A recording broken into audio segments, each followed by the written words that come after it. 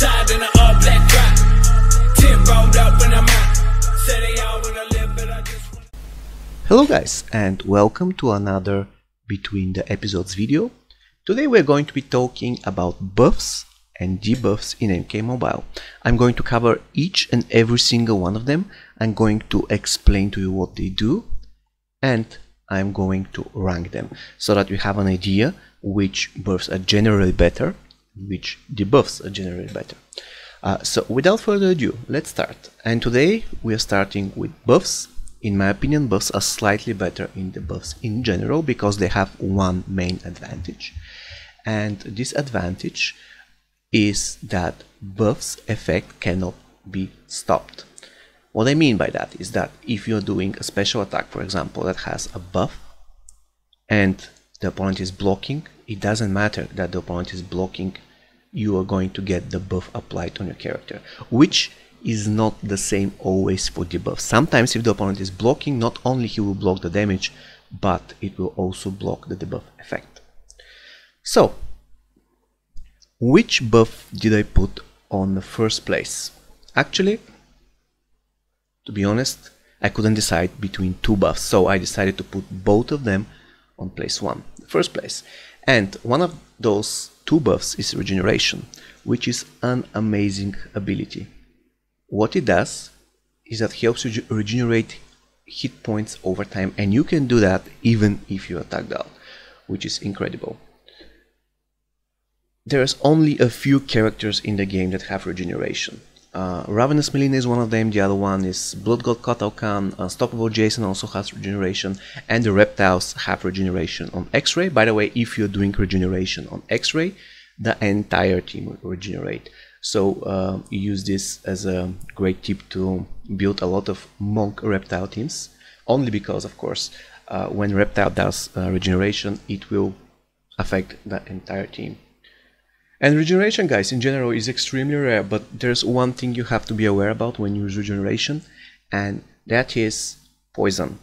Poison stops or prevents regeneration. So if you are facing an enemy team which has a lot of poison and you have a character that can use Regeneration, be very careful, because in the end of the day your Regeneration won't work.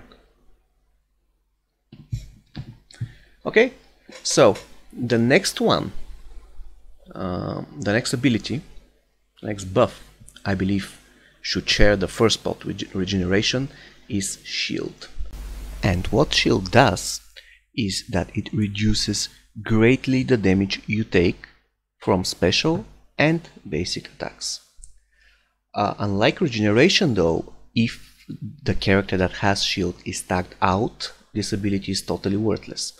However, you can use it while you are tagged in, so that you can avoid tons of possible damage. And you can see at the current video, I'm evading, not actually evading, I'm sorry, but I'm stopping huge part of the damage Jade Retaliation is about to deal because I have Shield on.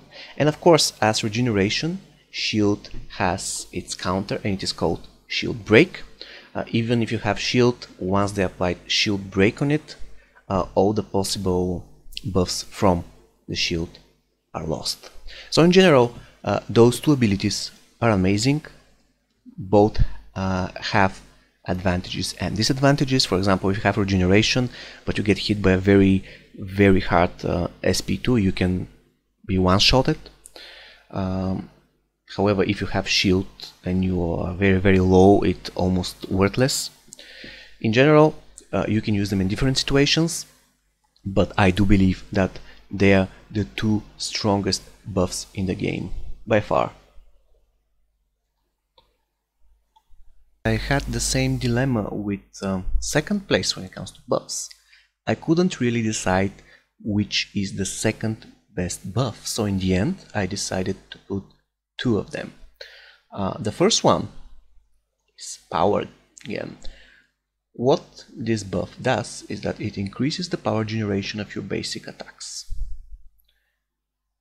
In other words, you can recharge your special attacks very fast, and you can see at the current video that I'm showing my high-tech Jackie is doing her special 2, and after that she got that buff and she is very easily getting to another special 2.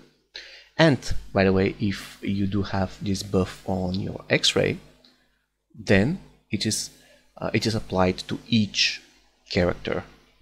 As long as they're active and start fighting, they will have the power gen buff. However, this is very rare ability.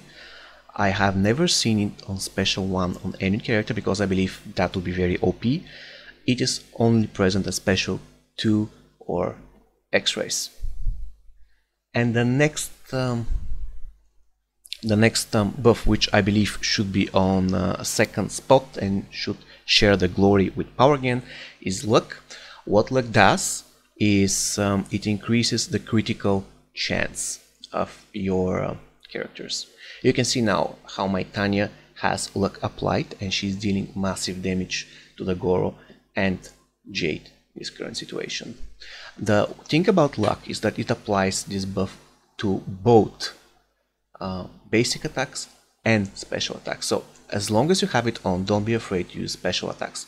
It doesn't only affect basic attacks, but special attacks as well.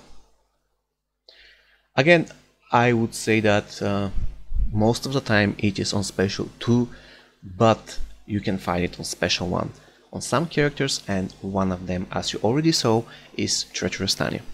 So in the end, very, very good buff, and it is worthy of sharing spot 2 with power. And the next buff, guys, standing this time alone on number 3, is Vampirism.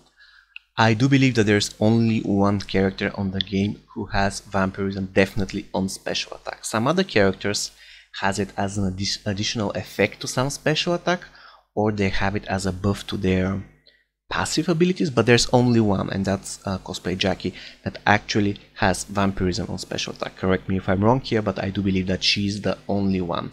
In general, what Vampirism does is that it drains hit points from the enemy character and gives those hit points to our character.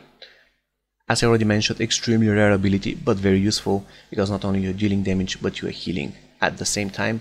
Unlike Regeneration, you get the health immediately. However, it is not giving that great HP boost as Regeneration does. That is why it is on spot 3 on the list. The other buff, which I believe is very useful, however it is standing on number 4, that is Dispel. What Dispel does is that it removes all the buffs from the current character. That means if the character is snared, you can use it. If the character has a shield break, you can use it. If the character has fire, you can use it to dispel the effect. The characters that do have this buff are all Elder Gods, Raiden, Shinnok, and I believe Quan Chi also has it, but he has it on X-Ray. Raiden and Shinnok has it on Special 1, which is amazing. And by the way, if you happen to have Dispel on Special 1, that makes you a decent opener, because you can dispel all negative debuffs that are applied to your character in the beginning of the game. As you can see in the video, I'm using my Dispel on Raiden, so I can cleanse all debuffs and break free. In general, very, very useful ability. However, it has one drawback, and that's why it is down on the list on number 4. And the drawback is that if you don't have any debuffs applied to a character, this ability is totally useless. It does absolutely nothing. And in some situations, the debuff is not, let's say, very, very, very bad. So, for example, if I have Curse, I really won't care about it that much. So, at some situations, this buff becomes useless, and that is why it goes to spot number 4. At number 5, we have Speed. There's only one character that has speed, and that is Nimble Reptile. And what this buff does is that, as you can see, it increases your the speed of your basic attacks. And that's another way that you can gain power. However, I do believe that power gain is much better buff than speed in general. And it's really hard to evaluate this buff, because only 1 or 2 characters has it, and I haven't really played a lot with them. They're basic characters. In general, it feels useful, but not as useful as the others. And the last spot goes and for strength. What this buff does is that it decreases the damage of your basic attacks and your special attacks. However, the buff is not really great in terms of damage, and of course 95% of the characters that have strength, they have it on special 1, so in the end of the day it's all about increasing slightly the damage of your basic attacks, so that's not great at all. That is why strength goes to the last spot. Okay guys, we covered all the buffs in MK Mobile, so let's quickly recap. As the best buffs in the game, we decided to put Regeneration, an amazing ability that allows you to regen HP even if you attack out, and Shield, a very nice buff which prevents you taking a lot of damage even if you're not blocking. Those 2 buffs, in my opinion, are the best in MK Mobile. On spot number 2, I'm putting Luck, which increases the critical chance hit to the point where almost every single one of your hit crits, which is extremely useful, and Power Generation, which dramatically increases the power generation of your attacks. On spot number 3, I put Vampirism.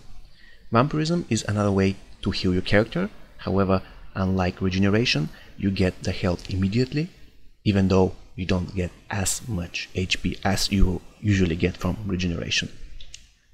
The next spot is for Dispel. Dispel is one of those buffs that can be extremely useful and extremely worthless, depending on the situation.